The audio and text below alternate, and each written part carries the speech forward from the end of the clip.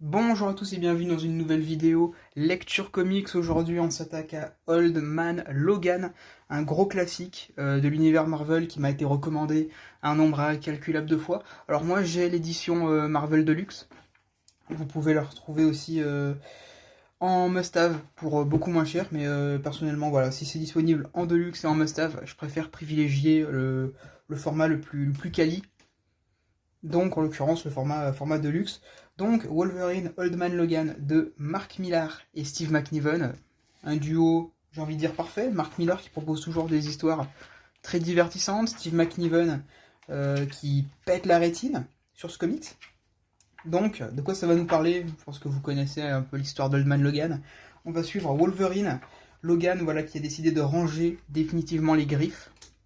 Qui vit dans une petite maison avec sa famille, donc un Logan vieillissant, et qui doit payer de l'argent à cette famille de rednecks, qui sont la famille de Hulk. Alors là, vraiment des bons gros rednecks américains, comme on peut en avoir l'habitude. Ah, regardez-moi cette gueule. Et alors, attention, planche qui déboîte, c'est maintenant, c'est tout de suite, double planche même qui déboîte. Donc voilà, Logan a en réalité décidé de ranger définitivement les griffes, jusqu'au jour où Hawkeye, Clint, va venir le voir et lui proposer une mission pour pouvoir lui permettre de payer son loyer. Et de là, ils vont partir faire un road trip tout, tout au long des États-Unis, donc qui sont dorénavant séparés en plusieurs territoires. Donc vous avez Hulkland, donc là où habitent Logan et sa famille, qui comprend donc San Francisco, Sacramento. Là vous avez le royaume du Caïd, le repère de Fatalis et le secteur du président. Donc ces personnages, on va tous les croiser, bien sûr. Le fanservice est présent à gogo. L'action est présente aussi. C'est bourré d'action. C'est extrêmement bien rythmé.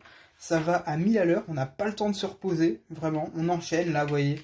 On a les Ghost Riders, un affrontement. On enchaîne, deuxième affrontement, avec des planches qui vont toujours nous éclater la rétine, comme je l'ai dit. Voilà, Steve McNiven, valeur sûre. Et ouais, on va avoir plein de clins d'œil. Là, regardez, vous allez avoir le marteau de Thor qui est tombé ici. Pourquoi? Là, on voit un robot Ultron. Pourquoi est-ce que le marteau est tombé ici? Ça, on aura la réponse dans la préquelle que je vous présenterai aussi en vidéo. Mais voilà, c'est bourré de clins d'œil. Pour les fans, c'est absolument parfait. Il y a aussi un mystère qui entoure le passé de Wolverine. Pourquoi est-ce que Logan a décidé de ranger les griffes? Pourquoi est-ce qu'il a décidé d'arrêter tout simplement de se battre? Ça, je vais pas vous spoiler, vous raconter pourquoi. Vous le découvrirez par vous-même, c'est une révélation assez importante. Qu'est-ce qu'on va avoir d'autre tout au long de ce récit? Il y en a un que je voudrais vous montrer, une page qui m'a vraiment plu. Voilà. Toujours incroyable. Hein. Mark Millar au dessin, c'est une valeur sûre. Je vous ferai peut-être une vidéo aussi sur Civil War. On a, oui, le fameux...